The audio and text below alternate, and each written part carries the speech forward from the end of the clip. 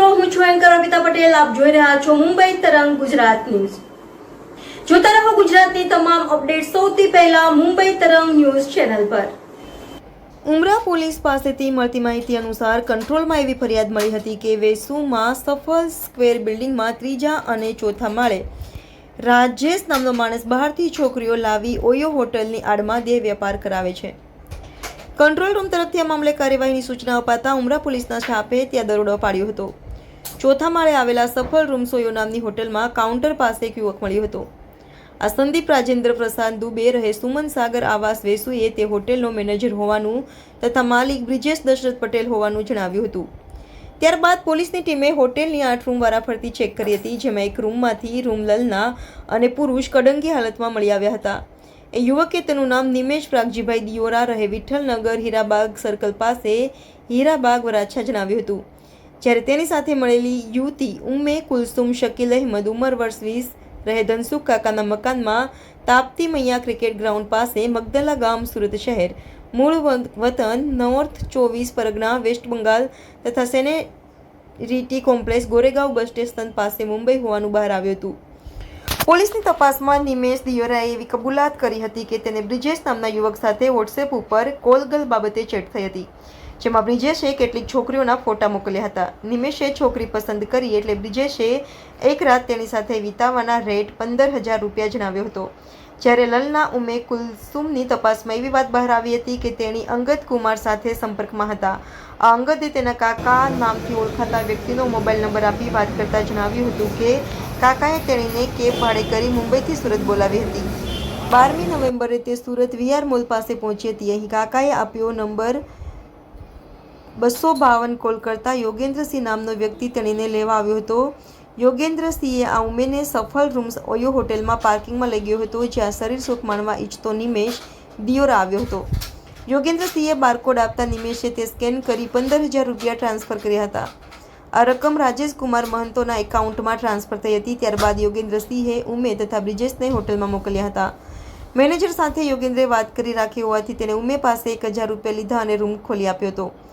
પોલીસે લલના પાસે મળેલી માહિતીના આધારે પાર્કિંગમાં તપાસ કરી રાજેશ કુમાર રામચંદ્ર મહંતો તથા યોગેન્દ્રસિંહ રાધેશ્યામ સિંહ રહે Vrindavan row house Someshwar junction Maitreya hospital પાસે પીપલોદને પણ ઝડપી લીધા હતા. रिपोर्टर विजय मकवाना, मुंबई तरंग न्यूज़, सूरत. सूरत सिटी में उमरा पुलिस स्टेशन की हद में 12 तारीख को एक पुलिस कंट्रोल रूम को सूचना मिली कि इस तरह से एक होटल है सफल स्क्वायर बिल्डिंग जो है उसमें आरआर मॉल के पास में, वहाँ पे तीसरे और चौथे माल पे बाहर से लड़कियों को लाके और देह व्यापार का काम करवाया जाता है. तो पुलिस कंट्रोल रूम से सूचना पुलिस स्टेशन को मिली, तो यहाँ से टीम बना के महिलाओं के साथ में टीम बना के वहाँ पे होटल है वहाँ पे सर्च किया गया. तो वहाँ पे सफल रूम्स ओयो नाम की होटल बनी हुई है और उसमें एक आदमी एक लड़की के साथ में होटल के एक रूम में मिले. तो उनसे पूछताछ की गई तो बताया गया कि ये जो लड़की है इसको मुंबई से बुलाया गया था कैब के द्वारा और यहाँ पे सीधा कस्टमर के पास में ये होटल वाला रूम प्रोवाइड करता था और सीधा कस्टमर को बुला के उसके साथ में तो देह व्यापार करने के लिए वहाँ लड़की को बुलाया गया था.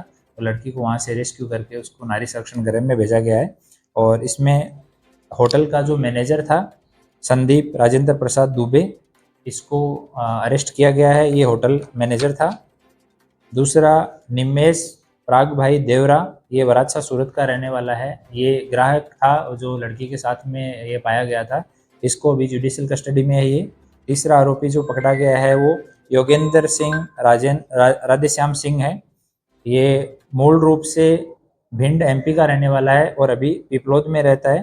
ये ड्राइवर है. अगर कोई इस तरह से लड़की यहाँ बुलाते हैं तो वो लड़की को लेके शहर में इधर उधर जाना, ग्राहक तक जाना, किस होटल में ले जाना है, वो ये काम योगेंद्र राधेश्याम सिंह करता है.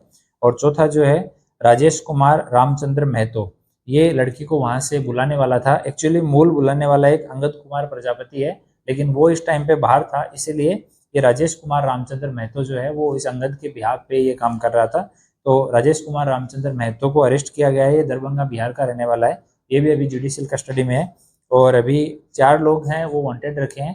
एक ये मेन काम बाहर से लड़कियों को बुलाने वाला अंगद कुमार प्रजापति है, इसका पूरा सरनामा अभी हम लोग तपास कर रहे हैं। ये अभी वांटेड है, ये यहाँ से चला गया है।